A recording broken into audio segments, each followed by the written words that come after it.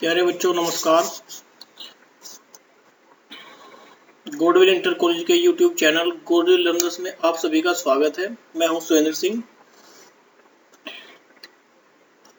हम जो चैप्टर पढ़ रहे हैं वो है इकाई 11 का एल्कोहल फिनोल एवं ईथर, यानी कि चैप्टर 11 एल्कोहल फिनोल एवं ईथर। इसमें हम पहले कुछ टॉपिक पढ़ चुके हैं। आज हम पढ़ेंगे फिनोल के रासायनिक गुण एवं मेथनॉल एवं एथेनॉल के सामान्य बनाने की विधियां तथा उपयोग। ठीक है, चलिए शुरुआत करते हैं। देखो, फिनोल जो होता है हमारा वो बेंजीन के ऊपर OH समूह लगा होता है, इसमें सभी को पता है। ठीक है, अब इसमें सबसे पहले जो रिएक्शन है वो उसकी बात करते हैं हम एरोमेटिक इलेक्ट्रॉन रागी प्रतिस्थापन अभिक्रियाएं। ठीक है, फिनोल में एरोमेटिक वलय पर होने वाली अभिक्रियाएं जो होती हैं वो इलेक्ट्रॉन रागी प्रतिस्थापन अभिक्रियाएं होती हैं। बेंजीन वलय पर जुड़ा हाइड्रोक्सिल समूह इसे इलेक्ट्रॉन रागी प्रतिस्थापन अभिक्रिया की ओर सक्रिय करता है और आने वाला समूह को वलय में ऑर्थो एवं पैरा स्थितियों पर निर्दिष्ट करता है, जो मैं तुम्हें पहले बता चुका हूं, जिससे OH समूह के अनुनाद प्रभाव के कारण ये स्थितियां इलेक्ट्रॉन धनी हो जाती हैं। इसकी अनुनादी संरचना फिनोल की अम्लता शीर्षक में हम पढ़ चुके हैं पिछली वीडियो में। ठीक है, आप देख सकते हो, जो पिछली वीडियो जो आई थी उसमें आप देख सकते हैं। ठीक है, अब सबसे पहले बात करते हैं हम नाइट्रोकरण की या नाइट्रेशन की या नाइट्रीकरण की, कई नाम से इसको जाना जाता है। ठीक है, चलो अब नाइट्रोकरण की बात करते हैं। निम्न ताप यानी कि 298 केल्विन। 298 केल्विन कितना होता है डिग्री सेंटीग्रेड में? 273 में से घटा देंगे। ठीक है, तनु नाइट्रिक अम्ल के साथ फिनोल के नाइट्रोकरण से आर्थो नाइट्रोफिनोल एवं पैरा नाइट्रोफिनोल का मिश्रण प्राप्त होता है। इसमें जो हमारा पैरा नाइट्रोफिनोल होता है वो जो होता है हमारा मुख्य उत्पाद के रूप में होता है, क्योंकि इसकी स्टेबिलिटी ज्यादा होती है। इक्वेशन देखते हैं। फिनोल तनु HNO3, यानी कि हमें HNO3 में, तनु का मतलब क्या होता है? वाटर को हमने ऐड किया हुआ है HNO3 के साथ में। तो इसमें हमारे दो प्रोडक्ट बनते हैं। एक तो ऑर्थो नाइट्रोफिनोल, क्योंकि ऑर्थो पे नाइट्रो NO2 ग्रुप जुड़ा है तो उसको बोलेंगे ऑर्थो नाइट्रोफिनोल, और पैरा पे जब जुड़ता है तो उसको बोलेंगे हम पैरा नाइट्रोफिनोल। ठीक है, इक्वेशन को आप वीडियो पॉज करो और इक्वेशन को, हेडिंग को आप लिख सकते हो। नंबर नेक्स्ट है हमारा ऑर्थो एवं पैरा। देखो, अब इसमें दो प्रोडक्ट बने हमारे, एक ऑर्थो वाला और एक पैरा वाला। अब दोनों में को हमें बनते हुए हमारे दोनों को अलग करना है। पेपर में क्वेश्चन आता है कि जब हम ऑर्थो और पैरा समावयवियों को, ऑर्थो नाइट्रोफिनोल एवं पैरा नाइट्रोफिनोल को के मिश्रण को हम कैसे अलग कर सकते हैं, तो उसमें क्या होता है, एक में अंतराणुक हाइड्रोजन आबंध होता है, एक में अंत्याणुक हाइड्रोजन आबंध होता है। दोनों के गलनांक क्वथनांक में काफी अंतर होता है, इससे हम अलग कर सकते हैं। देखो, एक होता है, और जैसे हम बात करते हैं ऑर्थोनाइट्रोफिनोल, तो ऑर्थोनाइट्रोफिनोल में जो OH समूह होता है नाइट्रोजन के ऑक्सीजन के साथ में हाइड्रोजन आबंध बना लेता है, तो ऐसे को बोलते हैं हम अंतराणविक हाइड्रोजन आबंध। ठीक है, तो अंत्य भी बोलते हैं हम इसको। तो ऐसे में क्या होता है, किसी पदार्थ में जब अंतराणविक हाइड्रोजन आबंध बनते हैं तो उसके जो गलनांक होते हैं और क्वथनांक होते हैं वो कम हो जाते हैं, क्योंकि पदार्थ की कुछ एनर्जी जो होती है हाइड्रोजन को और ऑक्सीजन को बंद बनाने में खर्च हो जाती है। तो उस वजह से उसको ऑर्थो और जो हमारे फिनोल जो हमारे हाइड्रोजन बंद बनता है उसके कारण उसके गलनांक और क्वथनांक कम होते हैं। अगर पैरानाइट्रोफिनोल की बात करते हैं तो उसमें अंत्याणविक हाइड्रोजन आबंध तो बन नहीं सकता, क्योंकि एक हाइड्रोजन जो होता है दूसरे ऑक्सीजन से काफी दूर होता है, तो उसमें बनता है अंतरा आणविक हाइड्रोजन आबंध, यानी कि एक मॉलिक्यूल और दूसरे मॉलिक्यूल के बीच में। अंत्य या अंतर कौन से बनता है? एक ही मॉलिक्यूल में बनता है। ठीक है, तो इसमें जो हमारा अंतरा आणविक हाइड्रोजन आबंध होता है इसमें गलनांक और क्वथनांक ऊंचे होते हैं, तो इनके दोनों के गलनांक और क्वथनांक में काफी अंतर आ जाता है। ठीक है, तो इस तरीके से हम इसको क्या कर सकते हैं, अलग कर सकते हैं। इसके बाद नेक्स्ट है हमारा, देखो, सांद्र नाइट्रिक अम्ल के साथ फिनोल। अगर हमें यही अभिक्रिया बनानी है, सांद्र नाइट्रिक अम्ल के साथ फिनोल 2,4,6 ट्राइनाइट्रोफिनोल में परिवर्तित हो जाती है। अगर हम कंसंट्रेट की जगह तनु की जगह सांद्र ले लेते हैं तो हमारी अभिक्रिया बनेगी 2,4,6 ट्राइनाइट्रोफिनोल। ठीक है, इसको सामान्यतः क्या कहते हैं, पिक्रिक अम्ल भी कहते हैं। ठीक है, देखो इक्वेशन देखो, फिनोल को सांद्र HNO3 के साथ रिएक्ट करो तो 2 पे है NO2, 4 पे है और 6 पे है, तो इसको कहेंगे हम 2,4,6 ट्राइनाइट्रोफिनोल। इसका साधारण नाम क्या है? पिक्रिक अम्ल। ठीक है, आजकल पिक्रिक अम्ल को बनाने के लिए सर्वप्रथम फिनोल की अभिक्रिया सांद्र H2SO4 के साथ में करते हैं। जिससे यह फिनोल 2,4 डाइसल्फोनिक अम्ल में परिवर्तित हो जाता है। इसके पश्चात सांद्र HNO3 के साथ अभिक्रिया द्वारा 2,4,6 ट्राई नाइट्रोफिनोल प्राप्त कर लेते हैं। ठीक है, इसकी जो इक्वेशन है आपको अपने आप लिखनी है। फिनोल लेना है, फिनोल की H2SO4 के साथ रिएक्शन करवानी है, यानी कि फिनोल प्लस H2SO4। ठीक है, रिजल्ट में लिखना है हमें 2,4 डाइसल्फोनिक अम्ल, यानी कि 2 पे और 4 पे सल्फो ग्रुप ऐड करना है हमें फिनोल में। ठीक है, और उसके बाद 2,4 डाइसल्फोनिक अम्ल बनाने के बाद में उसके HNO3 के साथ में रिएक्शन करवानी है, तब हमें 2,4,6 ट्राइनाइट्रोफिनोल प्राप्त हो जाएगा। यानी कि 2 स्टेप की रिएक्शन है, आपको इक्वेशन अपने आप करनी है। ठीक है, इसके बाद है हैलोजन, यानी कि बेंजीन रिंग में किसी हैलोजन ग्रुप का जुड़ना हैलोजन कहलाएगा। ठीक है, क्लोरीन, ब्रोमीन, आयोडीन, फ्लोरीन आदि के साथ हम ऐड कर सकते हैं। फिनोल की ब्रोमीन के साथ अगर हम अभिक्रिया कराएं, अलग अलग उत्पाद प्राप्त होते हैं। ठीक है, जैसे फिनोल की ब्रोमीन के साथ रिएक्शन कराते हैं अलग अलग प्रायोगिक विधियों में, अलग अलग मेथड से अलग अलग उत्पाद हमें बन मिलेंगे। सबसे पहला है जब CHCl3 को क्या कहते हैं, क्लोरोफॉर्म, पहले चैप्टर में पढ़ा है। अथवा कार्बन डाइसल्फाइड, CH2 क्या बोलते हैं, कार्बन डाइसल्फाइड। CO2 क्या बोलते हैं, कार्बन डाइऑक्साइड। CH2 क्या बोलते हैं, कार्बन डाइसल्फाइड। ठीक है, कम ध्रुवीय विलायकों में निम्न ताप पर अभिक्रिया करते हैं तो मोनोब्रोमोफिनोल प्राप्त होता है। ठीक है, देखो फिनोल के हम रिएक्शन कराओ, कार्बन डाइसल्फाइड में ब्रोमीन ऐड करेंगे 273 केल्विन पे, यानी कि 0 डिग्री सेंटीग्रेड पे। केल्विन को सेंटीग्रेड में 0 हो जाएगा, 273 घटा देंगे तो वो मैंने तुम्हें बताया ऑर्थोब्रोमोफिनोल बनेगा और पैराब्रोमोफिनोल बनेगा। तो हमारा जो मुख्य उत्पाद होगा वो होगा हमारा पैरा वाला उत्पाद, यानी कि पैराब्रोमोफिनोल। ठीक है, इस इक्वेशन को आप नोट कर सकते हैं हेडिंग के साथ में। दूसरा है जब फिनोल की अभिक्रिया ब्रोमीन जल के साथ की जाती है तो 2,4,6 ट्राई ब्रोमोफिनोल सफेद अवक्षेप के रूप में बनता है। देखो फिनोल लिया, ब्रोमीन के साथ रिएक्शन कराई तो हमें प्राप्त हुआ 2,4,6 ट्राई ब्रोमोफिनोल। ठीक है, इसके बाद है कोलवे अभिक्रिया, वेरी वेरी इंपॉर्टेंट है एग्जाम की दृष्टि से।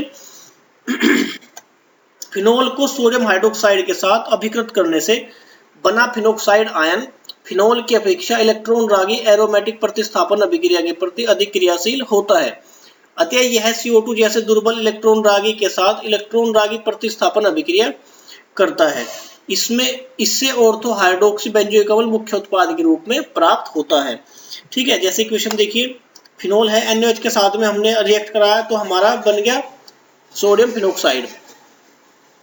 ठीक है, इसके बाद कार्बन डाइऑक्साइड और अम्ल की प्रेजेंस में रिएक्शन कराई तो हमारा बन गया 2 हाइड्रोक्सी बेंजोइक अम्ल, सैलिसिलिक अम्ल भी हम इसको कहते हैं। ठीक है, ये बहुत ही ज्यादा इंपॉर्टेंट रिएक्शन है, इसको अच्छे से याद करना है आपको। इसके बाद है राइमर टीमन अभिक्रिया, वेरी वेरी इंपॉर्टेंट है बोर्ड एग्जाम की दृष्टि से। ठीक है, देखो क्या होता है इसमें, फिनोल की सोडियम हाइड्रोक्साइड की उपस्थिति में क्लोरोफॉर्म के साथ अभिक्रिया से बेंजीन में CHO समूह ऑर्थो स्थिति पर प्रवेश कर जाता है। इस अभिक्रिया को राइमर टीमन अभिक्रिया कहते हैं। प्रतिस्थापित मध्यवर्ती बेंजीन क्लोराइड क्षार की उपस्थिति में अपघटित होकर सैलिसल्डिहाइड बनाता है।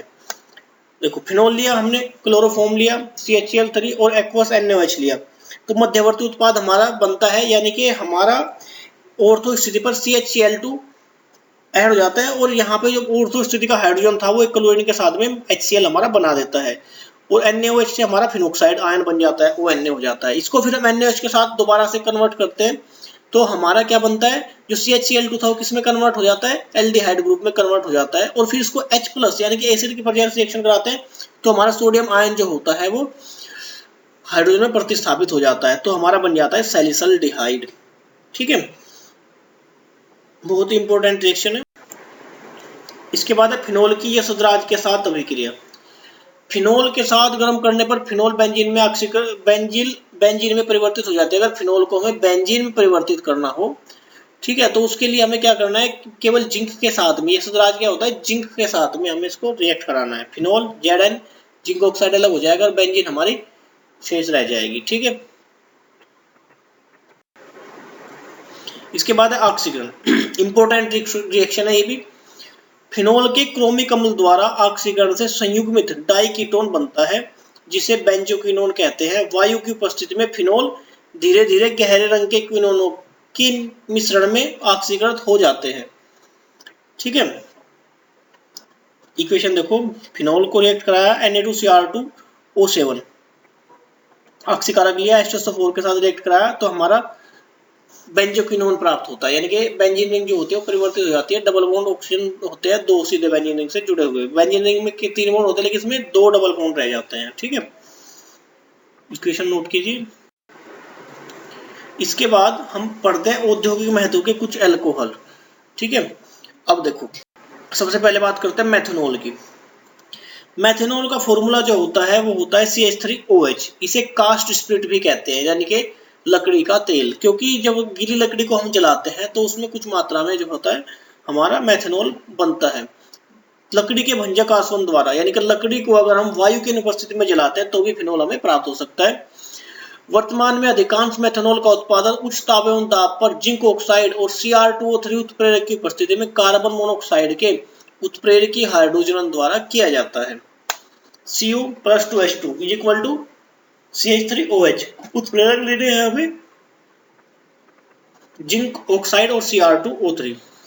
डाइक्रोमियम ट्राइऑक्साइड 200 से 300 ATM दाब लेना है। 573 से 673 केल्विन के बीच में टेम्परेचर होना चाहिए। ठीक है, मेथनॉल एक रंगहीन द्रव होता है जिसका क्वथनांक होता है 373 केल्विन। यह बहुत ही अत्यंत विषैला होता है। मेथनॉल के बहुत कम मात्रा में सेवन से भी अंधापन हो सकता है, यानी कि अगर इसकी थोड़ी सी भी मात्रा ले ली जाए तो व्यक्ति अंधा हो सकता है। अगर ज्यादा मात्रा ले ली तो लकवाग्रस्त हो सकता है और मृत्यु भी हो सकती है। ठीक है, अब मेथनॉल का उपयोग कहाँ होता है? पेंट उद्योग में होता है, वार्निश उद्योग में होता है। ठीक है, फॉर्मेल्डिहाइड बनाने में होता है, ये इसके उपयोग है। ठीक है, इसके बाद है एथेनॉल। एथेनॉल अल्कोहल का एक उपयोगी पदार्थ है, दूसरा सदस्य है। इसमें क्या होता है? एथेनॉल जो होता है इसका फॉर्मूला होता है C2H5OH। इसका जो औद्योगिक निर्माण किया जाता है वो क्या जाता है? किण्वन द्वारा। देखो दो मेथड होते हैं, एक तो औद्योगिक निर्माण होता है, प्रयोगशाला विधि होती है। औद्योगिक निर्माण में क्या होता है? हमें मुनाफे के स्तर पर काम किया जाता है। प्रयोगशाला में हम बच्चों को दिखाना है या इंस्टेंट हमें जल्दी से बनाना होता है। ठीक है, तो प्रॉफिट के हिसाब से अगर हम इसको बनाए तो ये हमें शर्करा से, जिसमें स्टार्च होता है या जिसमें ग्लूकोज होता है, मेन मुद्दा है कि जिस भी पदार्थ में ग्लूकोज बनने की संभावना है उससे इसको बनाया जा सकता है। ठीक है, ज्यादातर शक्कर होती है, शक्कर चीनी होती है, शक्कर होती है, गुड़ होती है, उससे इसको बनाया जाता है क्योंकि इसमें थोड़ी मात्रा में शर्करा होती है। शर्करा के किण्वन से एथेनॉल प्राप्त करने की सबसे पुरानी विधि है। बहुत पुराने टाइम से लोग इसको बनाते आ रहे हैं। मोले से यानी कि सीरा, जब चीनी को हम बनाते हैं तो चीनी बनाते समय चीनी के प्यूरिफिकेशन के समय एक गाढ़े भूरे रंग का द्रव प्राप्त होता है जिसे हम क्या कहते हैं? सीरा कहते हैं। कई लोग घरों में, गांव में उसको लोग तंबाकू में डाल के तंबाकू बनाते हैं, हुक्का पीते हैं जो वो। ठीक है, वो ही होता है, यानी कि गुड़ को आप हल्का सा पानी मिला दो तो इस टाइप का गाढ़ा भूरा द्रव प्राप्त हो जाता है। या गन्ने से बना लेते हैं, अंगूर से भी बना लेते हैं हम इसको। ठीक है, फलों में यानी कि जो मीठे फल होते हैं उससे हम इसको बना सकते हैं जिसमें ग्लूकोज और फ्रक्टोज होता है। ठीक है, ग्लूकोज या फ्रक्टोज को यीस्ट जो होता है हमारा खमीर जिसे हम कहते हैं, वो ग्लूकोज और फ्रक्टोज को किसमें कन्वर्ट कर देता है? उसमें पाया जाने वाला एंजाइम इसको अल्कोहल में परिवर्तित कर देता है। एक एंजाइम इसमें होता है जाइमेज, दूसरा होता है इन्वर्टेज। इक्वेशन देखिए आप लोग, हमने C12H22O11, ये क्या है? हमारा चीनी है या शर्करा है। ठीक है, जल के साथ घोल दी हमने। इसकी जल में मात्रा, चीनी की मात्रा इसमें 8 या 10% से ज्यादा नहीं होनी चाहिए। ठीक है ना, नहीं तो सांद्रता ज्यादा हो जाएगी, फिर अल्कोहल हमारी बन नहीं पाएगी। हमारा जो इसमें ये एंजाइम होंगे नष्ट हो जाएंगे। ठीक है, यानी कि हमने ऐसा विलयन बनाना है जिसमें शुगर की मात्रा 8 से 10% ही होनी चाहिए। 8% से भी कम हो, 6% हो तो और भी बढ़िया है। ठीक है, तो हमारा दो भागों में टूट जाता है, ग्लूकोज में और एक फ्रक्टोज में। ग्लूकोज और फ्रक्टोज जब जाइमेज एंजाइम के संपर्क में आते हैं तो हमारा अल्कोहल और कार्बन डाइऑक्साइड का निर्माण होता है। ठीक है, पहला इन्वर्टेज एंजाइम किसको? चीनी को ग्लूकोज और फ्रक्टोज में तोड़ता है। उसके बाद जाइमेज एंजाइम हमारा ग्लूकोज को अल्कोहल में परिवर्तित कर देता है। ठीक है, इंपॉर्टेंट है ये विधि, एथेनॉल बनाने की विधि, किण्वीकरण विधि। इसके बाद शराब बनाने के लिए अगर हम देसी तरीके से शराब बनाएं तो जो हमारे अंगूर होते हैं, तो अच्छे पके अंगूर होते हैं, उससे भी हम इसको बना सकते हैं। बस हमें करना क्या है? अंगूरों को कुचलना है। ठीक है, और जब अंगूर को पक जाते हैं तो उनमें शर्करा की मात्रा बढ़ जाती है। खट्टे अंगूर लेने, बिल्कुल पके हुए अंगूर लेने हैं हमें। तो उनकी सतह पर यीस्ट जो होता है स्वतः ही उत्पन्न हो जाता है। जब अंगूरों को कुचला जाता है, ठीक है, तो शर्करा एवं एंजाइम संपर्क में आते हैं तथा किण्वन आरंभ हो जाता है। ठीक है, किण्वन अवायवीय स्थिति यानी कि वायु की उपस्थिति में होता है। किण्वन में कार्बन डाइऑक्साइड जो गैस होती है वो निर्मुक्त होती है, यानी कि अंगूरों को कुचलने से ही बनाया जा सकता है। सिंपली जो होता है इसके लिए काले अंगूरों का उपयोग किया जाता है, क्योंकि काले अंगूरों में खट्टे होने की संभावना कम होती है, वो ज्यादा मीठे होते हैं। हरे अंगूर जो होते हैं वो थोड़े से कई बार खट्टे हो जाते हैं, ठीक है ना। वैसे तो हाइब्रिड वैरायटी आती है, खट्टे होने की संभावना ही नहीं होती, ठीक है। देसी अंगूर थोड़े खट्टे होते हैं।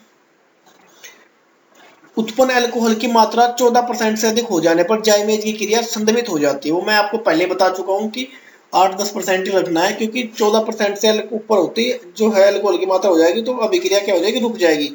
यदि किण्वन में वायु आ जाती है तो वायु की ऑक्सीजन एथेनॉल को एथेनॉइक अम्ल में ऑक्सीकृत कर देती है। ये भी ध्यान रखना, हमें इसको ढक के रखना है, क्योंकि जो एथेनॉल होगा वायु के साथ ऑक्सीकृत होकर क्या बना लेगा, एथेनोइक अम्ल CH3COOH बन जाएगा। तो इसका ध्यान रखना है, जिससे अल्कोहलिक पेय का स्वाद नष्ट हो सकता है, ठीक है भाई। एथेनॉल जो होता है एक रंगहीन द्रव होता है। इसका क्वथनांक होता है 351 केल्विन। यह पेंट उद्योग में विलायक के रूप में तथा कार्बन के अन्य यौगिकों के विरचन में प्रयोग, विरचन का मतलब बनाने में यूज होता है। औद्योगिक अल्कोहल को कुछ कॉपर सल्फेट, औद्योगिक अल्कोहल को कुछ कॉपर सल्फेट एवं पिरिडीन मिलाकर पीने योग्य बना दिया जाता है, क्योंकि जब इसको हम उद्योगों में भेजते हैं तो हम इसमें या तो पिरिडीन मिला देंगे या कॉपर सल्फेट मिला देंगे, नहीं तो लोग है ना इसको पी सकते हैं वहां पे, ठीक है। पैक बनाएंगे, काम करते रहेंगे, तो उसको रोकने के लिए इसमें क्या करते हैं, हम थोड़ा सा कॉपर सल्फेट मिला दिया जाता है ताकि रंगीन हो जाए, या पिरिडीन उसमें दुर्गंध हो जाती है। इस प्रक्रम को अल्कोहल का विकृतीकरण कहते हैं। कई बार क्वेश्चन आता है पेपर में, अल्कोहल के विकृतीकरण से आप क्या समझते हैं, ठीक है ना, तो वो कर सकते हैं, ठीक है। आजकल एथेनॉल की अधिक मात्रा एथीन के जलयोजन द्वारा प्राप्त की जाती है, यानी कि एथीन की जल के साथ अभिक्रिया कर दो। पहले हम इक्वेशन पढ़ चुके हैं अल्कोहल बनाने की विधि में, तो भी हमारे अल्कोहल हमारी बन जाएगी। कई बार पेपर में क्वेश्चन आता है, बहुत बार आ चुका है कि पावर अल्कोहल पर टिप्पणी लिखिए। तो अल्कोहल में अगर हम 20% पेट्रोल मिला दें तो हमारा वो पावर अल्कोहल बन जाता है, ठीक है। भविष्य में अगर पेट्रोल की कमी होती है, डीजल की कमी होती है, तो संभावना है कि वाहन जो है वो अल्कोहल से ही चला करेंगे, ठीक है। अब 20% मात्रा जो होती है एथेनॉल में पेट्रोल की, वही हमारा क्या होता है, पावर अल्कोहल। इसमें थोड़ी सी प्रॉब्लम ये आती है कि गाड़ी को जो पेट्रोल की जो गाड़ियां होती है उनको स्टार्ट करने में समस्या होती है। एक बार स्टार्ट हो जाए और हम पावर अल्कोहल का यूज करें उसमें, तो हम उसको क्या कर सकते हैं, चला सकते हैं सैर पेट्रोल की जगह, ठीक है ना। वो धीरे धीरे इसका अब इन फ्यूचर में ईंधन के रूप में उपयोग हो सकता है, तो ये भी आपको ध्यान रखना है।